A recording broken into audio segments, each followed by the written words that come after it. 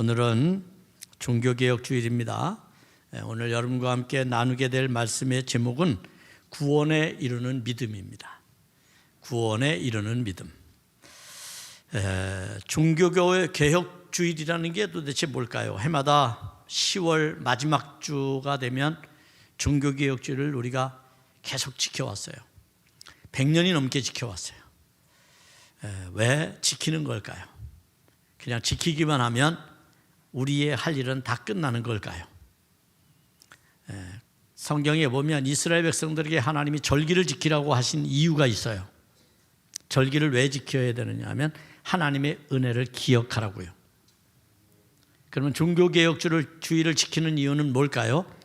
우리의 믿음의 선배들이 거짓과 싸워서 진리를 지킨 그 날을 우리가 기억하라고 하는 것이죠. 단지 기억만 하라는 것일까요? 기억은 우리의 삶을 움직이게 합니다. 그래서 우리도 그렇게 살아가도록 요청하는 것이죠. 500년이 지난 지가 벌써 7년이 되었습니다. 종교개혁 500주년 때 우리 한국교회는 금방이라도 개혁할 것처럼 난리 법석을 떨었습니다.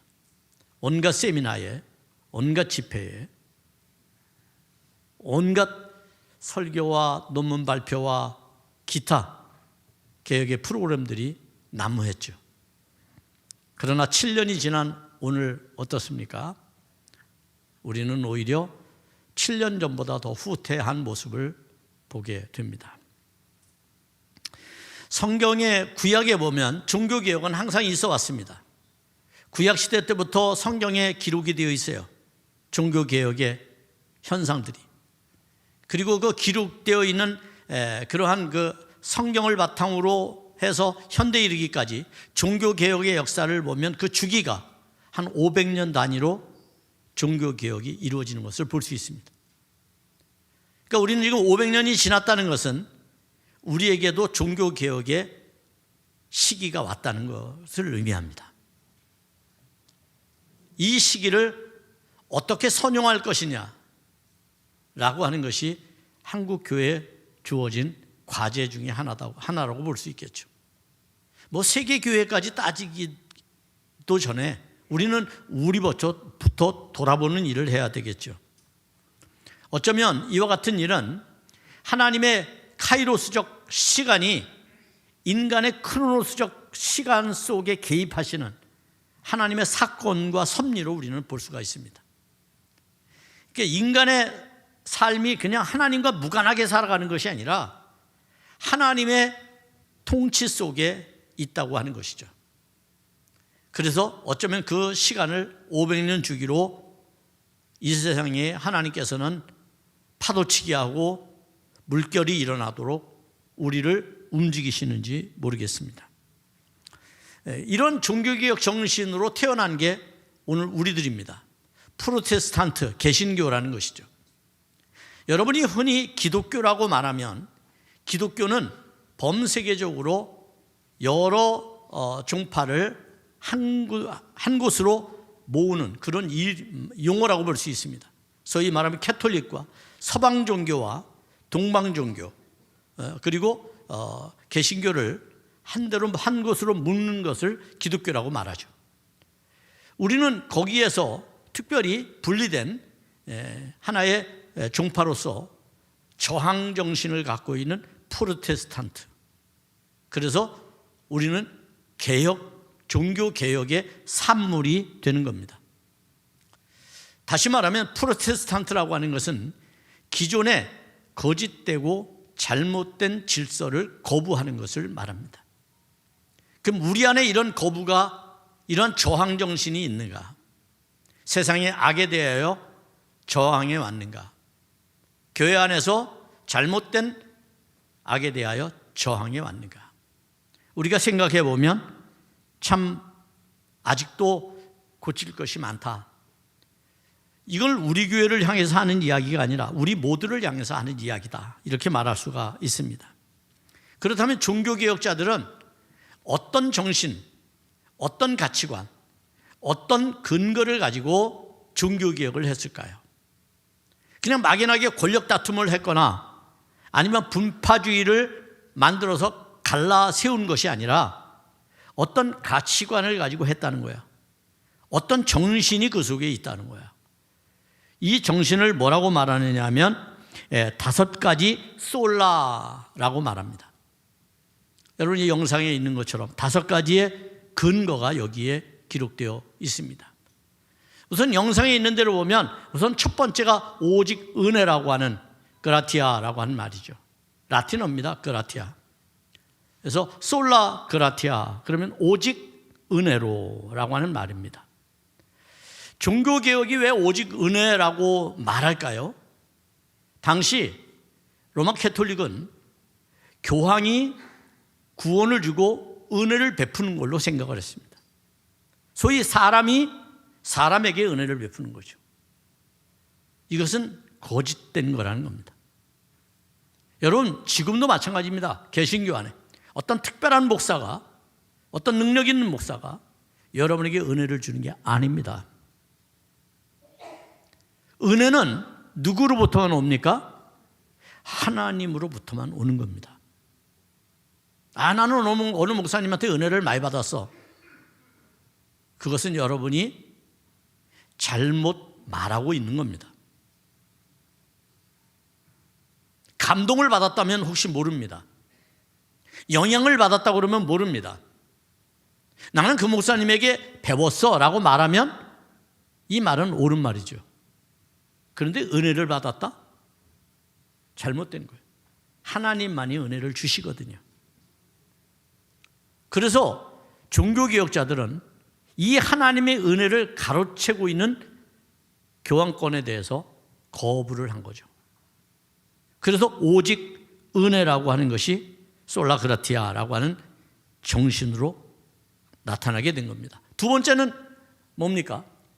두 번째는 피데라고 하는 거예요. 솔라 피데. 오직 뭐예요? 믿음으로. 오직 믿음으로.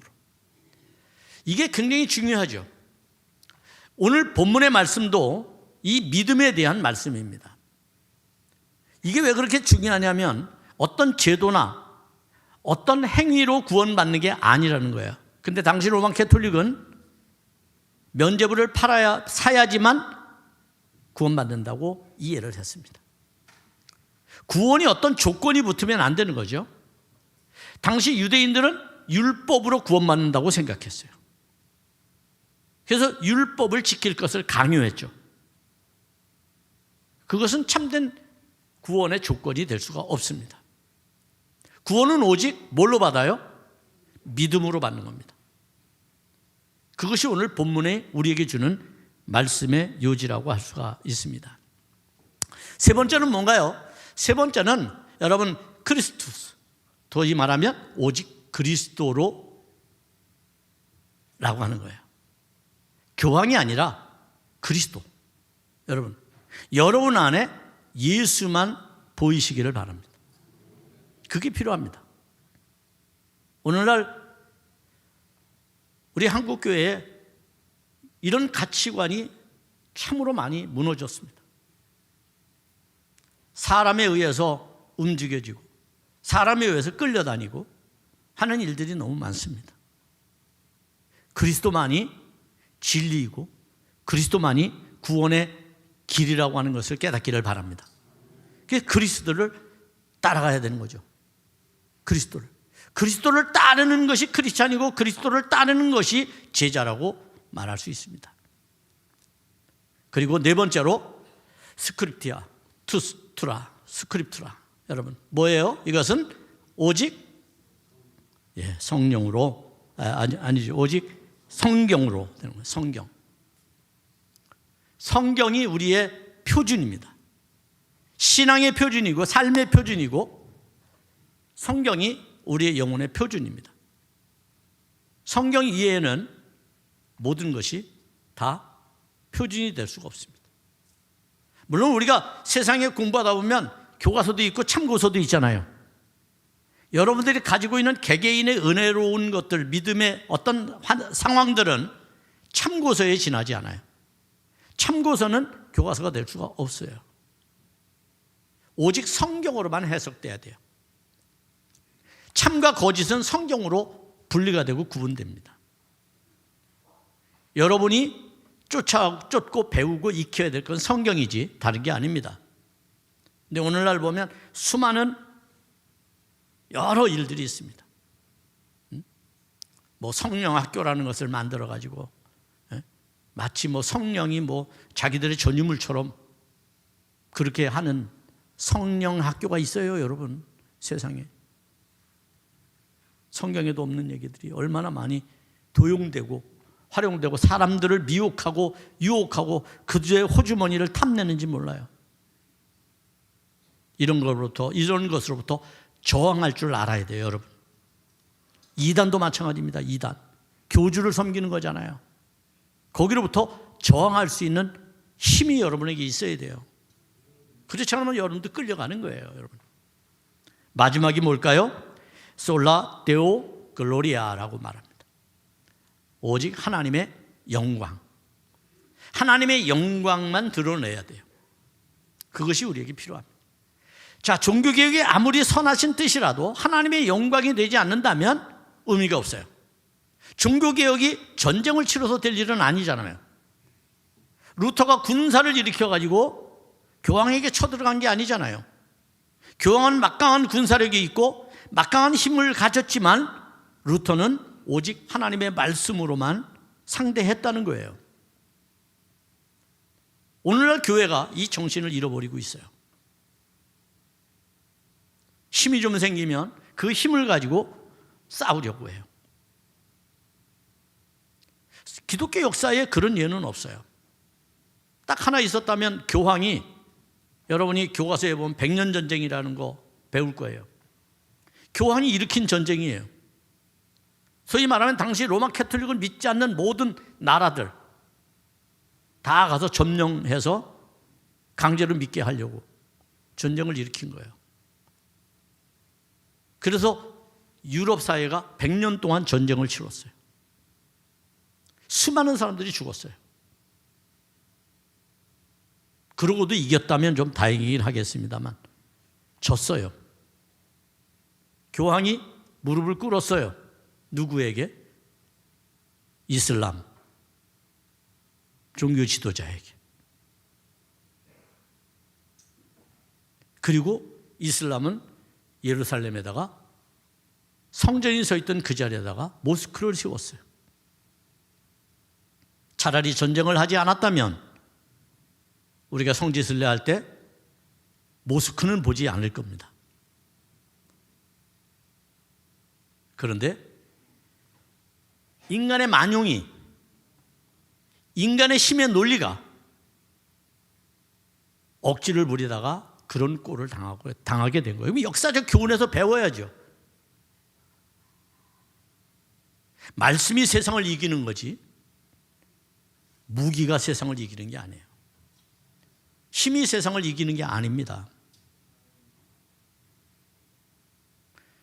전쟁을 보더라도 여러분 알 수 있잖아요. 물론 힘이 있으면 이길 확률은 높아요. 그러나 힘이 있다고 다 이기는 건 아니잖아요. 러시아가 우크라이나 전쟁을 할 때 일주일이면 끝난다 그랬어요. 장담했어요. 지금도 전쟁을 치르고 있어요. 얼마나 막강한 군사력을 가진 러시아입니까? 세계 2위인데 못 이기는 거예요. 미국이 얼마나 대단한 나라입니까? 베트남 전쟁할 때 금방 쓸어버릴 줄 알았죠. 싸워도 이길 수가 없었어요. 그래서 패배하고 돌아간 거예요. 역사의 교훈이 있잖아요. 아직도 인간의 만용을 가지고 전쟁을 입에 오르내리는 사람들이 있다면 그것이야말로 참으로 어리석은 거예요. 같이 죽자는 것밖에 안 되는 거죠.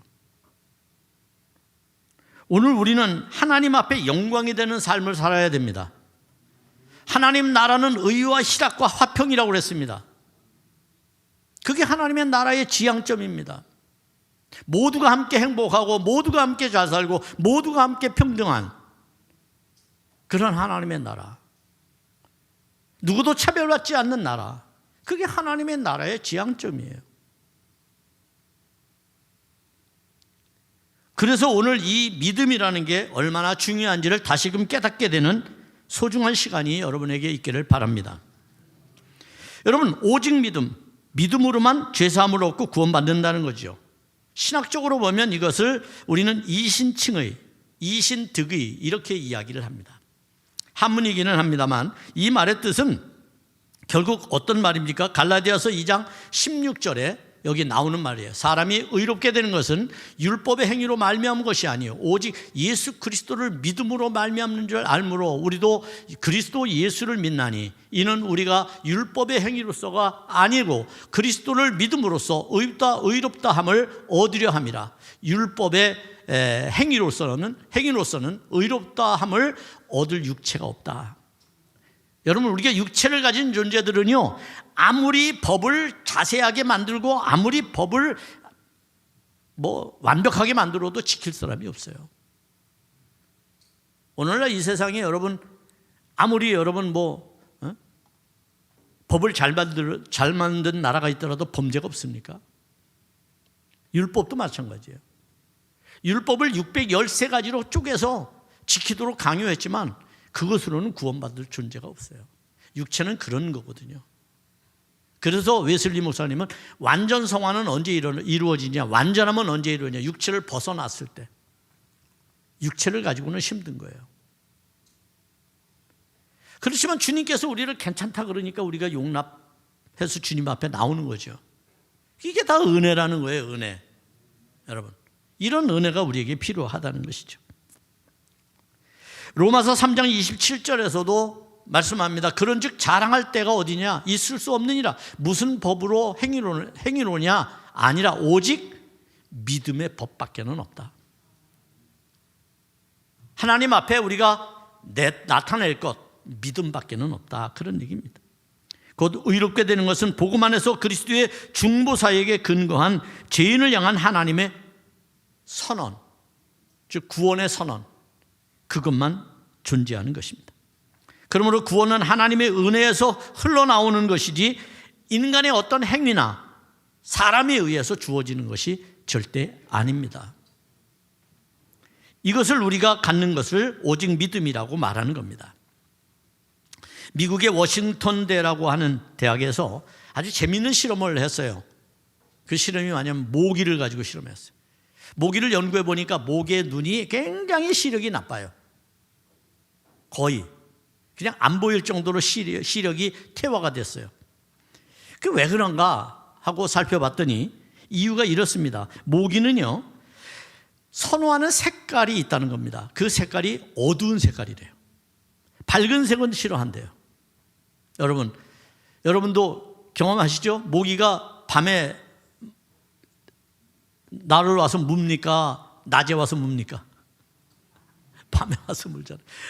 낮에는 가만히 있다가 불 켜놓고 있을 때는 가만히 있다가 어디 숨어 있다가 불 끄면 귓가에 와서 웽웽거리고 돌아다니죠. 이게 모기거든요. 이런 이유는 그가 호흡으로 이산화탄소를 감지한 후에 이산화탄소가 여러 군데서 사람이 많으니까 여러 군데서 올 거 아니에요. 그런데 어떤 것을 쫓아가느냐? 어두운 색을 쫓아간대요. 여러분, 모기에 물리지 않으려면 밝은 옷을 입어야 돼요. 어두운 옷을 입으면 물리게 되는 거죠. 특히 좋아하는 색이 빨간색, 검은색이랍니다. 오늘 집에 가셔서 침대불을 다 바꾸세요. 하얀색으로. 커튼도 하얀색으로 바꾸고. 여러분, 저는 신앙도 이와 같다고 생각해요. 신앙이라는 게 불분명해요. 믿음의 세계라는 게 불분명해요. 누구한테 내 믿음을 논리적으로 설명할 수도 없고 말할 수도 없고 예수 그리스도에 대해서 말주변도 없고 그렇다면 여러분, 우리는 불분명한 상태에 놓여 있는 거예요. 예수님이 명확하게 누구인지를 모르고 지금 따르고 있는 거예요. 그런 무리들은 예수님 시대에도 많았어요. 그런데 우리가 명확해지면, 우리의 믿음이 정확해지고 확실해지면 우리는 거짓을 쫓지 않고 악을 따르지 않습니다. 결국 마귀는 불분명한 사람에게 와서 그를 시험하고 유혹하는 겁니다. 이단이 어떤 사람을 유혹할까요? 불분명한 사람이죠. 열심은 있는데 머리가 냉철하지 않아. 가슴만 뜨거운 거지. 뭔가 그냥 열심만 있는 거야. 이러면 당하는 겁니다. 그래서 우리가 항상 주의해야 될 것은 뭐냐면 우리의 흐릿한 의식의 생각들을 명확하게 바꾸는 일을 해야 되는 겁니다. 기독교는 뭐냐? 영성은 뭐냐? 이걸 명확하게 바꾸게 하는 게 기독교 영성입니다. 성경을 이상한 쪽으로 감성을 터치하거나 감정만 어떻게 보면 자극하는 그러한 의식으로 성경을 해석해주고 설교를 하게 될 때 우리는 거기에 빠져서 냉철함을 잊어버리게 됩니다. 생각이라는 것을 잃어버리게 돼요. 이게 무서운 범죄, 무서운 죄를 만들게 되는 결과들입니다. 루터는 이런 말을 했습니다. 루터는 크리스찬들의 신앙은 주의를 지키는 일로부터 훈련되어야 된다라고 말했어요. 왜 그러냐 하면 주일이라고 하는 것은 크리스찬들에게 내 소속감을 드러내는 일이기 때문에 그렇습니다. 여러분, 예수 믿는 사람이 주일날 교회 오죠? 여기 사업하러 온 사람 없을 거예요. 누가 애인 만나러 온 사람도 없을 거예요. 우리가 주일에 교회를 오는 것은 내 소속이 어디 있는지에 대한 나의 분명한 것을 드러내는 작업입니다. 이게 왜 필요하냐면 앞에서도 말했습니다만 하나님의 시간은 카이로스적입니다. 우리는 크로노스의 시간을 삽니다. 그럼 카이로스의 삶을 우리가 어떻게 우리가 경험할 수 있을까요? 하나님의 때를, 하나님의 시간을 어떻게 경험할 수 있을까요? 그것은 오직 예배를 통해서만 경험되어진다는 거예요. 그래서 예배는 종말론적이에요. 오늘 여러분 마지막 예배를 드리는 겁니다. 다음 주가 있으니까 아니라고요? 다음 주에 어디 볼 수 있는 분이 몇이나 되나 한번 보자. 이 말은 무슨 얘기냐면 내일 죽는다 그런 얘기가 아니라 지금 하나님의 임재라고 하는 것은, 하나님의 뜻이라고 하는 것은 지금 이 시간 경험되어지는 것만이 하나님의 뜻이다 그런 얘기. 때가 있는 거예요. 때를 놓쳐버리면 안 되는 거죠. 그래서 우리 예배는 우리의 정체성을 드러내는 겁니다. 세상에. 여러분 주일날 교회 올 때 많은 세상 사람들에게 나는 크리스찬이야 라고 하는 것을 여러분 스스로가 드러내는 일이기 때문에 중요합니다. 우리가 주의를 그래서 지켜야 되는 거예요. 왜냐하면 하나님 나라에 소속된 존재임을 이 세상에 나타내는 일이거든요. 그러므로서 결국 신앙의 기반은 예배를 중심으로 이루어지게 되는 겁니다. 소위 크로노스의 시간을 카이로스의 시간으로 바꾸는 거죠. 그래서 우리는 지금 종말론적 예배를 드리고 있는 거고 하나님은 여기 임재해 계시는 겁니다. 그게 중요합니다. 이때 크리스찬의 정체성은 그리스도를 통해서 새롭게 변화됩니다. 여러분 주일이 무슨 의미입니까? 여러분이 예배드리는 일이 어떤 일입니까? 이것은 창조가 이루어지는 시간입니다. 하나님의 품에서, 하나님의 손 안에서 여러분이 새롭게 만들어지고 있는 시간입니다. 우리는 하나님 앞에 찬송을 드리고 기도를 드리고 예물을 드리고 그리고 하는 이 일들을 통하여 하나님의 임재를 우리가 사모하게 되고 그 임재 속에 하나님은 말씀으로 임해서 우리를 다듬고 변화시켜 주는 거죠. 그래서 우리의 예배는 창조적 사건이 일어나는 예배입니다.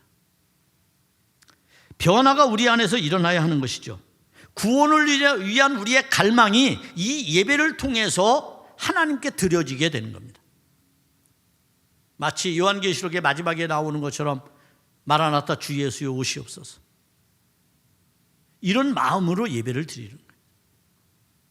오늘 이 자리에 주님이 임재해서 우리를 구원하기를 하나님 앞에 간절히 구하는 것이죠. 결국 우리는 율법으로부터 부자유함과 세상의 죄로부터 억눌렸던 모든 삶을 다 훌훌 털어버리고 주님 앞에 와서 주님께서 주시는 참된 평안과 자유를 경험하는 겁니다. 그럼으로써 우리 안에 부족한 것, 우리 안에 연약한 것, 우리 안에 죄된 것, 우리 안에 상처된 것을 깨끗이 씻고 다듬어지고 변화되는 것이죠. 그럼으로써 우리는 새롭게 눈뜨게 되는 겁니다. 새롭게 눈뜨게 되는 거예요. 눈을 뜬다는 것은 감겨진 눈이 떠지는 것도 눈 뜨는 것이고 안 보이는 것이 보이는 것도 눈 뜨는 것이지만 그것만 있는 것이 아니라 내가 알지 못하는 것을 알게 되는 것, 명확하게 알게 되는 것, 흐릿했던 것이 확실해지는 것도 보이는 겁니다. 그래서 오늘의 말씀은 단지 맹인이 눈을 뜨는 사건이 아니라 이 말씀은 오늘 예수님의 제자, 예수님을 따르는 사람들이 떠야 할 눈이 무엇인지를 우리에게 말해주는 그러한 믿음의 사건이라고 보는 겁니다. 오늘 우리는 이 세상 속에서 복음의 능력이 주는 은혜들을 잘 압니다. 구원에 대한 새로운 패러다임의 변화가 어떻게 말씀을 통해 우리 안에 이루어지는지를 이 본문을 통해서 배우게 된다는 말입니다. 오늘 본문에 등장하는 사람은 맹인 거지 바디메오입니다. 여러분, 맹인이라는 말을 잘 기억하세요. 거지라는 말을 잘 기억하세요. 오늘 본문에는 우리가 기억해야 될 여러 단어들이 등장합니다. 그 단어 하나하나가 이 말씀을 재해석해내는 힘이 됩니다. 저는 이 설교를 준비하면서 매우 흥분됐습니다. 그래서 그런지 어제 저녁에 잠이 안 오는 거예요. 왜냐하면 여러분과 함께 빨리 말씀을 나누고 싶어가지고. 내가 깨달은 것을 너무 내가 기뻤어요. 말씀을 보면서. 여러분에게도 좀 알려주려고 흥분이 되니까 잠이 안 오더라고요. 여러분, 오늘 이 말씀이 그런 은혜를 갖는다는 겁니다. 구원은 율법이나 유전으로 얻는 것이 아니라 믿음으로 구원받는다라는 새로운 가르침을 주는 게 오늘 본문의 말씀이기 때문입니다. 이것은 거의 종교개혁과 같습니다. 예수님 시대의 유대교가 주류 종교였잖아요. 그 유대교는 율법을 지켜야지 구원받는다고 하는 교리를 가지고 있습니다. 그런 사람들에게 예수님이 오셔서 뭐라고 말합니까? 율법으로 구원은 못 받아. 믿음으로만 구원받아. 라고 말했을 때 그 유대인들의 충격이 얼마나 컸겠어요. 그래서 유대인들은 이렇게 논리적으로 이해가 되지 않는 것, 예수님을 이겨먹을 수 없는 것, 예수님을 논리적으로 대적할 수 없는 자기들의 한계를 깨닫고 그러면 예수님을 받아들이면 되는데 오히려 억가심정을 가지고 예수를 죽여야 되겠다라고 생각해서 죽인 거예요. 오늘 우리 사회에 보면 왜 갈등이 많고 다툼이 많습니까? 대화하면 돼요. 그런데 고집이 얼마나 센지 몰라요. 우리 한국 사람들 중에서 고집이 제일 센 그룹을 말하면 여러분, 우리 기독교인들 못지않아요. 그래서 제일 변화가 안 일어나요. 진리라고 하는 말이 왜곡됐어요. 옛날부터. 진리라고 하는 말이. 진리는 변하지 않는 게 아니에요. 진리는 참이에요. 참. 거짓이 없는 게 진리예요. 그게 진리예요. 그런데 오늘 예전에 목사님들이 뭐라고 가르쳤냐면 진리는 변하지 않는 거야. 너희들 변하면 안 돼. 아주 말뚝을 딱 박아버렸어. 근데 우리보다 더 센 고집쟁이들이 있어요. 우리나라에. 누군지 아세요? 유림이에요. 유림. 유림은 이조시대 때 살던 그 공자, 왈, 맹자, 왈 이걸 지키는 사람들. 아직도 상투 틀고 갓 쓰고 그리고 살아요. 옛날에 호주제가 폐지될 때 난리도 아니었어요. 유림들이 여러분. 세상 망하는 줄 알았어요. 그 사람들이. 가족은 해체되고 질서는 파괴되고 그런 줄 알았어요. 근데 그 시대에도 파괴되는 가정은 파괴됐어요. 그러니까 여러분, 그것이 요거 한계, 요 주먹이라는 한계 속에 사는 사람은 그것밖에 못 보는 거예요. 유대인들이 그랬어요. 예수님께서 아무리 가르쳐도 듣지 않아요. 깨닫지 못해. 왜? 고집불통에 빠져 있거든요. 말씀을 듣고 받아들이면 내 안에 자유함이 주어지는데 그걸 못하는 거예요. 오늘 본문의 말씀을 우리가 그런 말씀 속에서 지켜보면 이 말씀이 우리에게 주는 감동은 크다고 말할 수 있어요. 마가복음의 특징, 문학적 특징을 하나 설명해 드리면 이건 샌드위치식으로 구성되어 있습니다. 이야기가. 샌드위치는 빵과 빵 사이에 여러 재료들이 있죠. 그런 것처럼 오늘 이 마가복음의 구성도 한 사건 안에 그런 것들이 놓여 있다는 것을 여러분이 생각하면서 이 말씀을 보면 더 은혜가 됩니다. 예수님의 일행이 예루살렘으로 향하던 때 예루살렘으로 향해서 올라가면서 어느 지역을 방문하게 됩니다. 이 지역이 바로 여리고였습니다. 여러분, 왜 하필이면 여리고였을까요? 왜 여리고에서 이런 사건이 일어났을까요? 여리고 여러분 너무 유명한 곳이죠? 여리고가 어떤 곳이에요?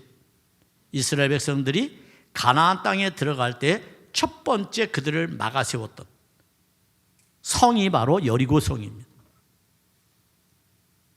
그러니까 이게 기랑 기록된 게 아니에요.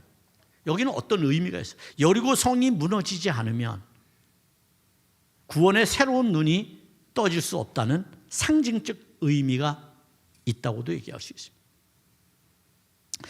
그들이 여리고에서 나올 때에 어떤 일이 있습니까? 길가에 한 사람이 앉아 있었습니다. 길 안이 아니라 길가에. 이것도 여러분 잘 기억하세요. 길가라고 하는 것도. 46절입니다.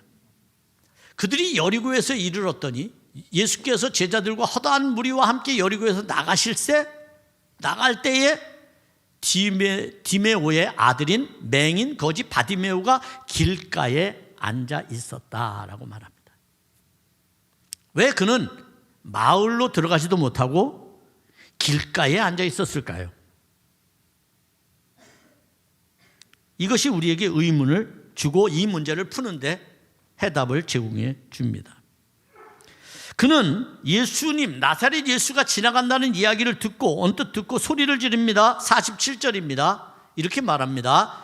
소리 질러 이르되 다윗의 자손 예수여 나를 불쌍히 여기소서. 자, 여기서 중요한 것을 한 가지 여러분에게 말씀드리면, 앞에서 성경에 보면은요, 병자를 낫게 하고 귀신을 내어 쫓고 무슨 사건이 일어났을 때마다 예수님은, 성경은 그 사람에 대해서 기록하지 않습니다. 여러분, 사람의 이름을 기억하지 않아요. 그냥 어떤 사람의 아들, 어떤 사람의 딸이 병들었다 이렇게 말합니다. 아니면 병든 사람의 이름이 등장하는데 이름이 나오는 게 아니라 베드로의 장모 이렇게만 나오죠. 근데 여기는 아버지 이름도 등장하고 아들의 이름도 등장해요. 바디메오의 아버지가 누구예요? 디메오예요. 디메오의 아들이래요. 왜 그러면 성경을 쓸 때 저자는 이렇게 기록을 했을까요? 그것은 예수 그리스도에 대해서 말하고자 하기 때문인데, 예수 그리스도에 대해서 뭐라고 말합니까? 다윗의 자손 예수라고 말합니다. 자, 여기에 엄청난 사건이 있습니다. 지금 바디메오는 신분이 뭡니까? 거지입니다. 예수님의 신분은 뭡니까? 다윗 왕이죠. 왕의 자손이죠. 왕이라는 겁니다. 왕이 거지를 만납니까? 거지가 왕을 만날 수 있습니까? 못 만납니다. 그런데 믿음의 세계는 다릅니다. 복음의 관계는 다르다는 겁니다. 심지어 사람들은 어떻게 말합니까? 이 바디메오가 소리를 칠 때 그를 윽박지릅니다. 그에게 폭력을 가하듯이 행동합니다. 왜요? 너는 구원받을 자격이 없다는 겁니다. 네가 어떻게 선생을 만나느냐, 부르느냐, 요청하느냐라는 겁니다. 그를 아주 주님과 담을 쌓도록 만듭니다. 주님과 가까이 하지 못하도록 방해를 놓습니다. 그것이 바로 사람들이 바디메오를 보는 관점이었습니다. 오늘 이 세상을 살아가면서 우리가 내가 좀 그들보다 잘났다고, 내가 좀 많이 배웠다고, 내가 많이 가졌다고 사람들에 대해서 어떻게 인식하고 있는지에 대한 교정이 필요하다고 주님은 말하는 겁니다. 복음의 관계 속에서 우리가 참된 구원을 이루려면 어떤 상황에 도달해야 하는지를 말해주는 것이죠. 우리는 모두 불쌍한 존재일 수밖에 없습니다. 그게 우리의 실존입니다. 여러분, 새로운 복음의 집 목표인 믿음으로 구원받는다라고 말할 때의 그 믿음의 세계는 위계가 없습니다. 계급이 없습니다. 거기에는 모든 사람만 있을 뿐입니다. 거지라고 자격에서 빠질 수 있는 게 아니라는 얘기입니다. 바디메오의 사건이 일어나는 지역, 그 지역도 중요하지만 이 지역이 우리한테 의미하는 것은 마치 예루살렘 성이 무너지듯이 우리가 견고하게 쌓아 올린 우리의 사고의 틀, 생각의 틀, 의식 무너뜨리지 않으면 믿음의 세계 속에 눈뜬 자로 나갈 수가 없음을 말해줍니다. 굉장히 중요합니다. 그래서 우리는 그동안 이 거지를 길가에 세워놨는지도 모릅니다. 사람들이 다니는 곳이 아닌 길가에 말입니다. 아웃사이더로 죄인이라고 취급하고 밀어내기 시작하죠. 그들을 구원받는 자리에서 완전히 쫓아내버립니다. 당시 유대인들이 그랬습니다. 그 세계를 지금 보는 듯합니다. 그러나 복음의 능력은 신분의 장벽을 뛰어넘기 때문에 예수님께서는 가던 길을 멈추십니다. 이게 멋진 겁니다. 거지 바디메오가 소리질러서 주님께 불쌍히 여겨달라고 말할 때에 사람들은 윽박지릅니다. 조용히 하라고. 그런데 예수님은 가던 길을 멈추십니다. 그것은 예수님이 사랑의 주님이기 때문입니다. 더구나 바디메오는 지금 어디에 있습니까? 거지였기 때문에 무리들로부터 쫓겨나 길가에 있습니다. 어떻게 보면 이 사이로부터 아웃사이더에 처한 사람들, 그들에 대하여 우리는 어떤 시선을 가지고 있는지에 대해서 고민할 필요가 있습니다. 그래서 사람들은 바디메오가 부르짖을 때에 그를 조용히 하라고 윽박질렀던 겁니다. 그런데 예수님은 그들과 달리 가던 길을 멈추시고 바디메오와 시선을 마주하게 됩니다. 자, 이때 사람들의 생각이 달라졌을까요? 달라지지 않았을까요? 달라졌습니다. 이것이 크리스찬의 모습입니다. 우리는 주님의 말씀을 대할 때 우리가 그동안 생각해왔던 것, 가지고 있었던 모든 프레임에서 벗어날 필요가 있습니다. 그리고 우리의 삶의 태도를 바꿔야 됩니다. 49절을 보십시오. 이렇게 말합니다. 예수께서 머물러 서서 그를 부르라 하시니 그들이 조금 전까지 거지 맹인 바디메오를 책망하고 윽박질렀던 사람들이 뭐라고 말합니까? 이르되 안심하고 일어나라, 그가 너를 부르신다 라고 말합니다. 이렇게 말하면 마음에 잘 와닿지 않죠. 새번역 성경으로 여러분들에게 말씀을 드리면 새번역 성경은 이것을 이렇게 번역합니다. 용기를 내어 일어나시오. 예수께서 당신을 부르시오. 이렇게 말을 했어요. 여기 용기를 내어 라고 하는 말이 참 중요합니다. 바디메오는 용기가 필요했던 사람입니다. 오늘 이 세상에 용기가 필요한 사람이 참 많습니다. 세상에 주눅 들고 위계에 주눅 들고 권력에 주눅 들고 여러분. 그래서 힘센 지도자가 있으면 꼼짝도 못하고 좀 민주적으로 하는 지도자가 나오면 막 맘먹고, 그러니까 사람들이 자꾸만 조금 책임감만 가지면 자꾸만 자기의 권위를 나타내려고 하는 거예요. 서로 존중하는 관계가 아니라 우리 안에는 은연중에 그런 것들이 내재되어 있기 때문에 벌어지는 일이라고 말할 수 있습니다. 왜 우리가 주님이 부를 때 용기를 내지 못합니까? 이유는 그 주님의 은혜조차도 내가 감당할 수 없기 때문이죠. 아니면 나에게 자유를 주시는, 진리가 자유롭게 한다는 그 자유 앞에서조차도 그 자유를 누릴 만한 용기가 없기 때문에 두려워하는 겁니다. 주님이 나오라 하시면 가볍게 나가면 되는데 그걸 못하니 언제나 우리 안에 두려움은 여전히 존재해 있는 겁니다. 이제 거지 맹인 바디메오는 어떻게 합니까? 기쁜 소식, 소위 말하면 복음을 듣고 난 이후에 주님께서 오라고 하시니 이것이야말로 복음입니다. 이 복음을 듣고 난 이후에 그는 어떻게 변화했습니까? 50절을 보면 이렇게 달라졌습니다. 맹인이 겉옷을 버리고 뛰어 일어나 예수께 나오거늘. 여기 겉옷이라는 게 중요합니다.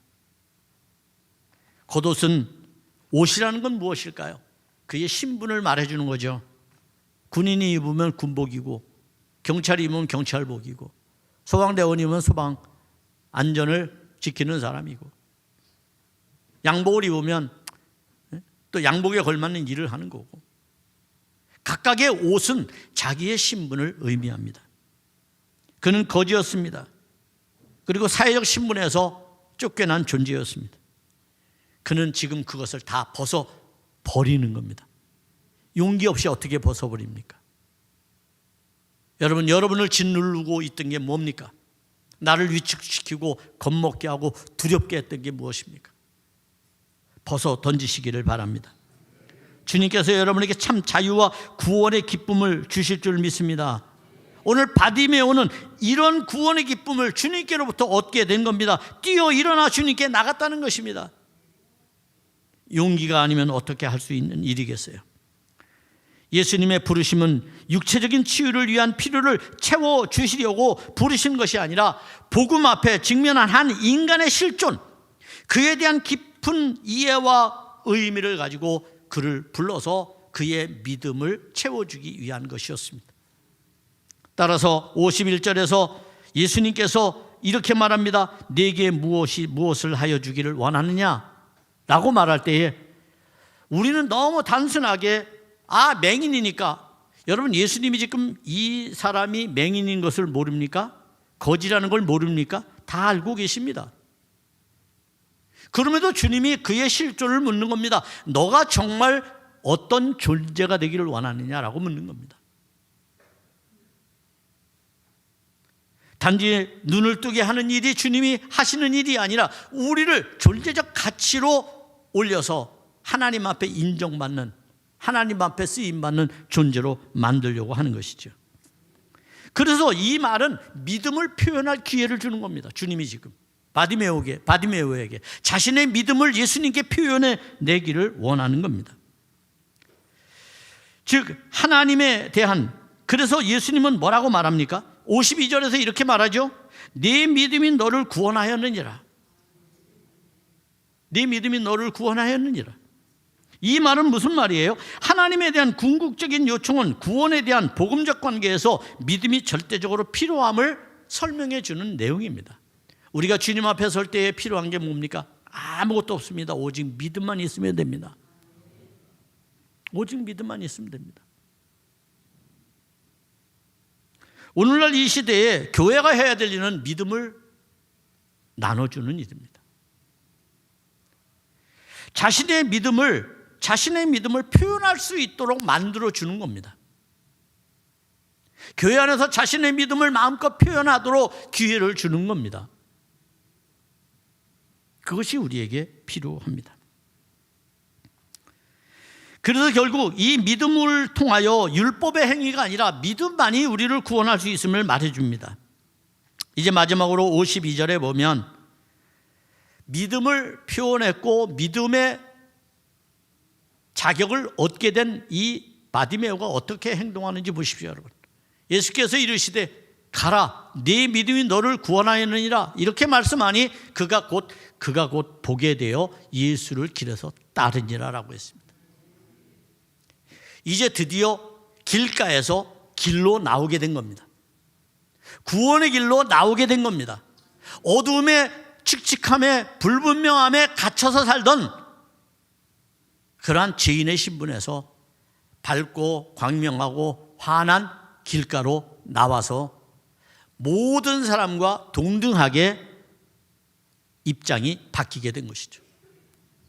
그리고 그의 마지막 결단은 주님을 따르는 거였습니다. 이게 얼마나 위대한 일인지 아십니까, 여러분? 여러분, 이 대목에서 여러분이 꼭 놓치지 말아야 할 게 있습니다. 그것은 이 바디메오는 거지였습니다. 그러나 주님을 따라갔습니다. 그런데 얼마 전에 부자는 어떻게 했나요? 어떻게 했나요? 근심하여 돌아가 버리고 말았습니다. 예수님을 따르는 인생과 따르지 못하는 인생의 차이점들이 이렇습니다. 믿음을 표현할 시간을 줌에도 불구하고 믿음을 표현하지 않음으로써 자기의 삶을 과거로 회귀해 버린 겁니다. 오늘 주님 앞에 나와서 여러분의 믿음은 어떤 믿음입니까? 바디메오가 왜 그토록 위대합니까? 지금 예수님은 예루살렘을 눈앞에 두고 있습니다. 예루살렘으로 올라가면 고난을 받으셔야 합니다. 그리고 십자가를 져야 합니다. 옛날 예수님께서 기적을 행하고 능력을 나타내실 때 그 화려함이 아닙니다. 이 끝자락에서 바디메오가 주님을 따랐다는 것은 그에겐 너무나도 혹독한 일이고 가혹한 일이고 고통스러운 일입니다. 그러나 주님을 만난 기쁨은 그 안에 자신 안에 채워진 믿음은 이것조차도 이겨낼 만큼 그에게 능력이 되었다는 것을 깨닫게 됩니다. 여러분, 온전함은 바로 이런 것입니다. 길가에서 천대받던 삶에서 벗어나 예수님을 영접하고 온전하게 됨으로써 주님을 믿고 따르니 그 안에 생명이 존재하는 것을 깨달았고 그 생명은 바로 영생을 누리는 삶을 그에게 믿음으로 제공해 주게 된 것입니다. 믿음은 죽어서 가는 것이 아니라고 했죠. 영생은 뭡니까? 죽어서 가는 게 아니라 지금 누리는 겁니다. 어떻게 누립니까? 하나님의 임재 속에서만 누리는 게 영생입니다. 왜요? 인간은 영원히 살 수가 없어요. 하나님의 영적 능력으로만 영원히 살 수 있는 거예요. 그러면 하나님께서 지금 이 자리에 임재해 계시다면 여러분도 지금 영생을 누리고 있는 겁니다. 이 누림이 지속되기를 바랍니다. 이 누림이 여러분에게 기쁜 일이 되고 행복한 일이 되기를 바랍니다. 이런 믿음으로 오늘의 시대를 살아 승리하는 여러분 되기를 주의 이름으로 축복합니다.